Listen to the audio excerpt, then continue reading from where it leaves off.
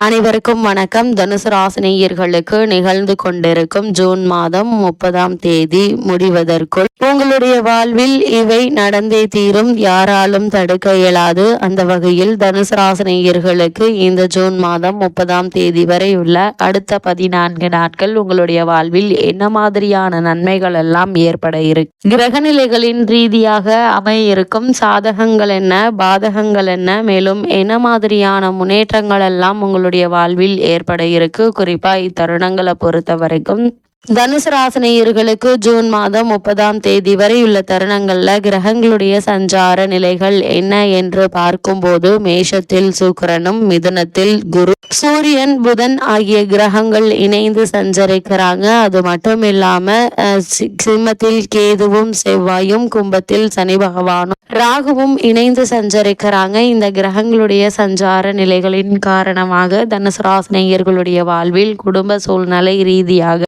உத்தியோகம், தொழில், வியாபாரம், கலைத்துறை, அரசியல் துறை, மாணவ மாணவிகள், விவசாய துறையினர், பெண்மணிகள் என அனைவருக்குமே என்ன மாதிரியான நன்மைகள் எல்லாம் உங்களுடைய வாழ்வில் ஏற்பட இருக்கு என்பது குறித்தான முழுமையான பதிவு தான் இந்த வீடியோல நம்ம விரிவா பார்க்க போகிறோம். அந்த வகையில் தனுசு ராசியை சேர்ந்த மூலம், பூராடம், உத்திராடம் முதல் பாதம் வரை உள்ள நட்சத்திரக்காரர்களுக்கு குடும்ப சூழ்நிலை ரீதியாக மேலும் என்ன மாதிரியான நன்மைகள் எல்லாம் உங்களுடைய வாழ்வில் ஏற்பட இருக்கு என்று பார்க்கும்போது, இக்காலகட்டத்தை பொறுத்த வரைக்கும் உங்களுடைய ராசிக்கு 8ல் இருந்த பஞ்சமாதிபதியான செவ்வாய் அந்த ராசியை விட்டு விலகி இருப்பது உங்களுக்கு நன்மை தரக்கூடிய ஒரு அமைப்பு என்று தாங்க சொல்ல வேண்டும். அது மட்டும் இல்லாம தனுசு ராசி நேயர்களை பொறுத்த வரைக்கும் உங்களுடைய ராசிக்கு 3ல் ராகு சனி இணைவு உங்களுடைய எண்ணங்களை வளமாக்கும் என்பதுல எந்த ஒரு சந்தேகமும் இல்லைங்க. அது மட்டும் இல்லாம தனுசு ராசி நேயர்களை பொறுத்த வரைக்கும் நினைத்த காரியத்தை நினைத்தபடி முடிக்க வைக்குங்க.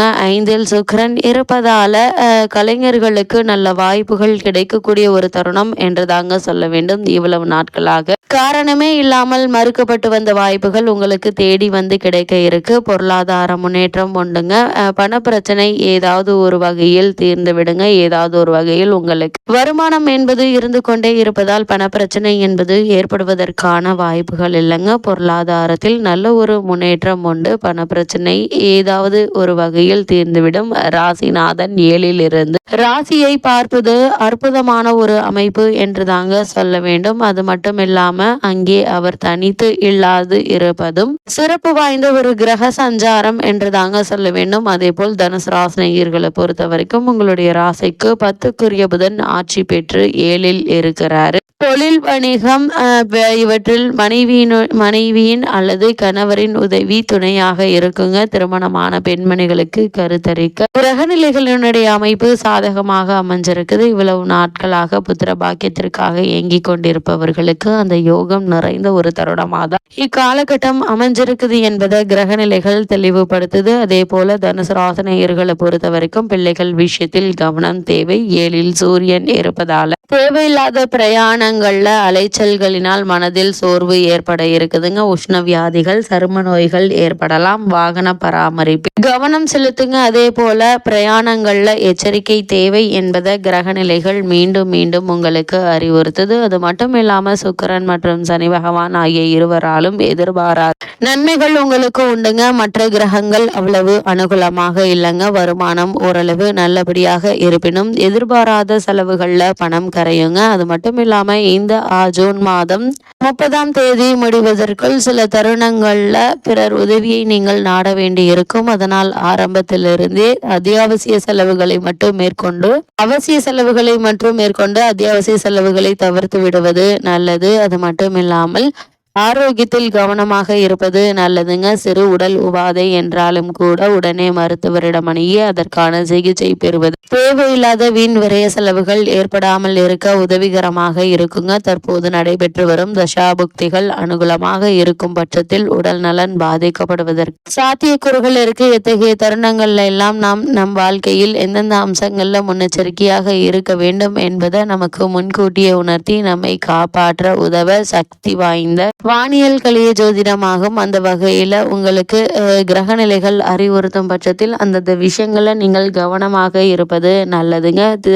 குறிப்பாக திருமண சம்பந்தமான முயற்சிகள்ல வரன் அமைவது சற்று கடினங்க. நெருங்கிய உறவினர்களிடையே தேவையற்ற வாக்குவாதமும் ஒற்றுமை குறைவும் ஏற்பட்டு வந்த நிலையில இந்த 30ஆம் தேதி முடிவதற்கு இந்த மன வருத்தங்கள் நீங்கி ஒற்றுமை உறவினர்களிடையே அதிகரிக்க இருக்கு. அதே போல தனுசு ராசியை சேர்ந்த உத்தியோகஸ்தர்களுக்கு இந்த ஜூன் மாதம் 30ஆம் தேதி முடிவதற்குள் மேலும் என்ன மாதிரியான நன்மைகள் எல்லாம் உங்களுடைய வாழ்வில் ஏற்பட இருக்கு என்று பார்க்கும்போது, அஷ்டமத்தில் செவ்வாயும் ரிஷபத்தில் குருவும் இருப்பதால் நீங்கள் வேலை பார்க்கும் இடத்தில் சக ஊழியர்களுடன் கருத்து வேற்றுமை ஏற்பட்டு மன அமைதி கெடுங்க. மேலதிகாரிகளுடைய கண்டிப்பு கவலை அளிக்கும். சனி பகவான் சாதகமாக இருப்பதால உங்களுடைய வேலைக்கு எந்தவித பாதிப்பும் ஏற்படுவதற்கான சாத்தியக்கூறுகள் இல்லைங்க. இருந்தாலும் நீங்கள் உணர்ச்சி வசப்பட்டு தவறான முடிவுகளை தவிர்ப்பது உங்களுடைய எதிர்கால நலனுக்கு மிக மிக உகந்தது. அது மட்டும் இல்லாம இவ்வளவு நாட்களாக உங்களுக்கு காரணமே இல்லாமல் மறுக்கப்பட்டு வந்த பதவி உயர்வு, ஊதிய உயர்வு, உத்தியோகத்தில் கிடைக்க வேண்டிய சலுகைகள் ஆகியவற்றை தற்போது நீங்கள் தாராளமாக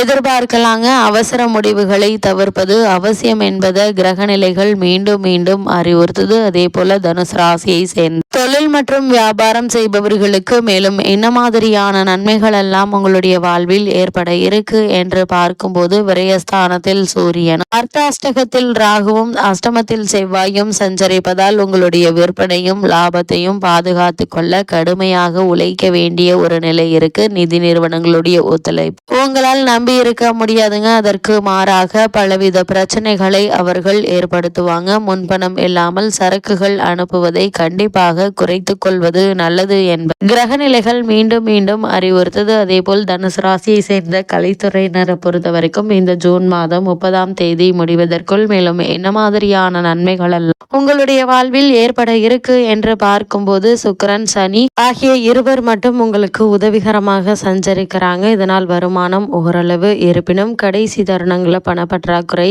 சற்று கடினமாக இருக்குங்க. பிறர் உதவியை நாடுவதில் பயனில்லைங்க. திட்டமிட்டு செலவு செய்வது மிகவும் அவசியம். நல்ல வாய்ப்புகள் தக்க தருணத்தில் கை நழுவி போவதற்கான வாய்ப்புகள் இருக்கு. அதனால் ஆரம்பத்திலிருந்து கவனமாக இருப்பது நல்லதுங்க. வீட்டு செலவுகளையும் ஆடம்பர செலவுகளையும் கண்டிப்பாக குறைத்து கொள்ள வேண்டும். அப்படி இல்லைன்னா இந்த தருணங்களுடைய கடைசி நிதி பற்றாக்குறை சற்று மிக கடினமாக இருக்கும் என்பதை கிரகநிலைகள் முன்கூட்டியே அறிவுறுத்தது. அதே போல மாணவ மாணவியரை பொறுத்த வரைக்கும் இந்த ஜூன் மாதம் 30ஆம் தேதி முடிவதற்குள் மேலும் என்ன மாதிரியான நன்மைகள் எல்லாம் உங்களுடைய வாழ்வில் ஏற்பட இருக்கு என்று பார்க்கும்போது, கல்வித்துறைக்கு அதிபத்தியம் கொண்டுள்ள கிரகங்கள் அனுகூலமாக இல்லைங்க. அதனால் மிகவும் பாடுபட்டு படிக்க வேண்டியிருக்கும். பிற மாணவ மாணவியருடன் நெருங்கி பழகுவதை கண்டிப்பாக தவிர்த்துக்கோங்க. ஏனெனில் உங்களுடைய நற்பெயருக்கு களங்கம் ஏற்பட சாத்தியக்கூறுகள் உள்ளது கிரகநிலைகள் எடுத்துக்காட்டுது. மேலும் அஷ்டம ராசியில் உஷ்ண கிரகமான செவ்வாய் அமர்ந்திருப்பதால உடல் நலன்ல கவனம் வேண்டும். சீரான பழக்க வழக்கங்கள் ஆரோக்கியத்தை பாதுகாத்து கொள்ள உதவிகரமாக இருக்கும். அதே போல விவசாயத்துறையினரை பொறுத்த வரைக்கும் பூமி காரகரான செவ்வாய் அஷ்டம ராசியில் சஞ்சரிப்பதால் வயலில் கடுமையாக உழைக்க நேரிடுங்க. சில தருணங்கள்ல தேவைக்கு அதிகமான மழையினால பயிர்கள் சேதமடையக்கூடும். கால்நடைகளுடைய பராமரிப்பில் பணம் விரயமாகுங்க. அதனால் எச்சரிக்கையாக